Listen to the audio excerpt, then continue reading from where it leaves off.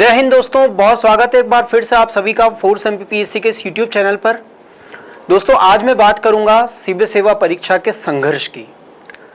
चाहे सिविल सेवा परीक्षा की तैयारी क्यों ना हो या फिर तैयारी के बाद यदि चयन हो जाता है तो उसके बाद का जो कार्य क्षेत्र होता है, उन सभी में हर जगह पर आपको अलग अलग प्रकार की चुनौतियों का सामना जरूर करना पड़ता है और यहीं से आपको वो मोटिवेशन भी मिलता है, यहीं से आपको वो साहस भी मिलता है जो आपको इस परीक्षा के लिए लंबे समय तक लड़ने के लिए भी तैयार करता है। ऐसी ही कुछ कहानियां हैं जो मैं आज आप लोगों के साथ में शेयर करूंगा कि आखिर क्या कहना चाहती है ये कहानियां या आप इन कहानियों से क्या सीख सकते हो। तो ये मेरा आप लोगों के लिए एक बहुत इंपॉर्टेंट ये लेक्चर है और इसको आप लोग पूरे ध्यान से समझने की कोशिश कीजिएगा। देखिए, सबसे पहले हम लोग बात करें तो सबसे पहले हम 3 लोगों के विवरण से 3 लोगों की शॉर्ट स्टोरी के साथ में इस कहानी का शुरुआत करते हैं। इसमें से सबसे पहला जो विवरण है या जो सबसे पहली कहानी आती है आप लोगों के सामने, वो एक महिला की है जिनको आप अपने स्क्रीन पर देख पा रहे हो और इनका नाम क्या है, ये तमिलनाडु के इरोड जिले से आती हैं और एक छोटे से गांव से है रहने वाली और इनका नाम क्या है, सी वनमती, जिसने अपनी जिंदगी की शुरुआत मेस चलाने से की थी, यानी कि खाना बनाना, खाना पकाना और वो बेचना, ये इनका काम था। इनके पिता जो थे वो एक कार ड्राइवर थे।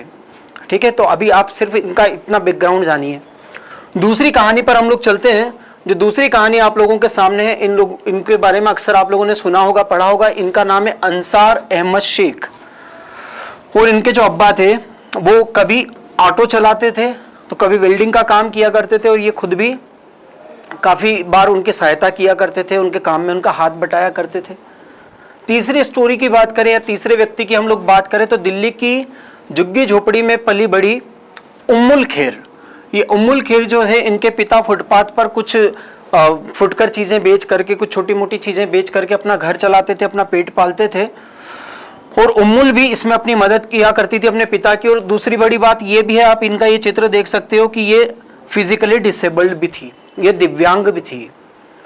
तो इतनी मुश्किलों के बावजूद यदि हम लोग बात करें कि मैं इनके बारे में, इन तीनों लोगों के बारे में आपको क्यों बता रहा हूं, तो यहां पर आप देख सकते हैं आगे कि हम इन तीनों में अपन लोग बात करते हैं कि इनमें कौन सी एक सिमिलरिटी है। उन तत्वों की तलाश हम लोग करेंगे, उन तत्वों की तलाश करेंगे जो इन तीनों में एक समान है। और वो पहला तत्व क्या है कि इन सबकी आर्थिक स्थिति जो थी वो बहुत खराब देखने में मिलेगी। इनकी तीनों की आर्थिक स्थिति बड़ी खराब थी, बीपीएल से भी थोड़ा ही ऊपर थी ये। इन लोगों की आरंभिक पढ़ाई लिखाई जो थी वो भी कोई बहुत अच्छे, कोई बहुत महंगे, कोई बहुत बड़े स्कूलों में नहीं हुई थी, है ना। वो टपरे वाले और जो टाट पट्टी वाले जो सरकारी स्कूल होते हैं, उस प्रकार के सरकारी स्कूलों में इन लोगों की पढ़ाई भी हुई है। और इनमें क्या सिमिलरिटीज है कि इनके माता पिता यदि एकदम अशिक्षित तो नहीं थे तो भी ज्यादा पढ़े लिखे नहीं थे। बहुत ज्यादा पढ़े लिखे या बहुत ज्यादा किसी प्रशासनिक सेवा वाले परिवार से इनका कोई लेन देन नहीं था। काम चलाओ अक्षर ज्ञान से अधिक इनकी कोई, इनके माता पिता की, इनके पारिवारिक पृष्ठभूमि के लोगों की कोई भी ज्यादा अच्छी शिक्षा नहीं थी। इनके घर और इनके समाज का परिवेश कैसा रहा होगा इसका अनुमान आप खुद लगा सकते हो कि जहां पर 2 वक्त की रोटी के लिए भी जो दिहाड़ी करना पड़ रही है, तो वहां पर कैसी सामाजिक आर्थिक स्थिति इन लोगों की रही होगी, आप लोग बहुत अच्छे से समझ सकते हैं। लेकिन इन सब के बावजूद भी एक चीज और भी देख सकते हो आप कि इन तीनों को इंग्लिश कितनी आती होगी, इनका भी आप अंदाजा लगा सकते हो कि जो सरकारी स्कूल में पढ़ रहा है जिसकी आर्थिक स्थिति खराब है तो उनकी कितनी ज्यादा अच्छी इंग्लिश होगी, ये भी आप लोग समझ ही सकते हैं। साउथ इंडिया वाले को अगर छोड़ भी दिया जाए तो।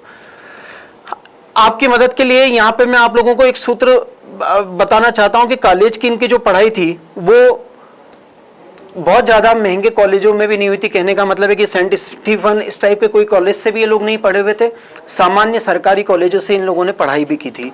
उस सब के बाद में भी आप देख सकते हो कि इनमें तीनों में से किसी के डॉक्टर, इंजीनियर, सीए या आईआईएम जैसे या एमबीए होने का तो कोई सवाल ही नहीं उठता है, क्योंकि इतनी गई गुजरी आर्थिक स्थिति से ये लोग आते हैं।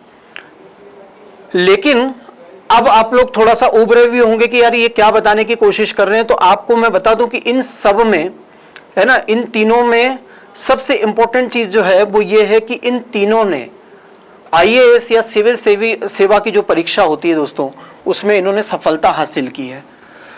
इन दोनों में जो शुरू के 2 लोग हैं उनको प्रॉपर आईएएस मिला हुआ है, जबकि उम्मुल जो है इनको रेवेन्यू सर्विस यानी कि केंद्रीय सेवा में इनका चयन हुआ है। और भारत के अब तक के सबसे कम उम्र के आईएएस जो है वो अंसार शेख हैं, और ऐसा करके इन्होंने इतिहास भी रच दिया है। कहने का मतलब यहाँ पर आपको ये समझ में आएगा जैसे कि इनको तोड़ पाना किसी के लिए भी संभव नहीं होगा जब तक कि यूपीएससी इसके लिए न्यूनतम आयु को घटा ना दे। फिलहाल इसकी संभावना नहीं है, यानी कि इतनी सारी कठिनाइयों, इतनी ज़्यादा आर्थिक अक्षमता के बावजूद भी ये तीनों लोग इस बात के प्रमाण हैं कि आईएएस जैसी बड़ी कठिन परीक्षा जिसको माना जाता है, या एमपीपीएससी जो कठिन परीक्षा जिसको माना जाता है, इसमें भी जब ये लोग सफल हो सकते हैं अपने मेहनत के बल पे, तो हम और आप क्यों सफल नहीं हो सकते? ये चीज़ पर ज़रूर आपको चिंतन करना चाहिए दोस्तों। ठीक है, तो इस प्रकार के और भी वीडियोज़ आपको मिलते रहेंगे फोर्स के माध्यम से। आप लोग अपने साहस को लगातार बनाए रखिए।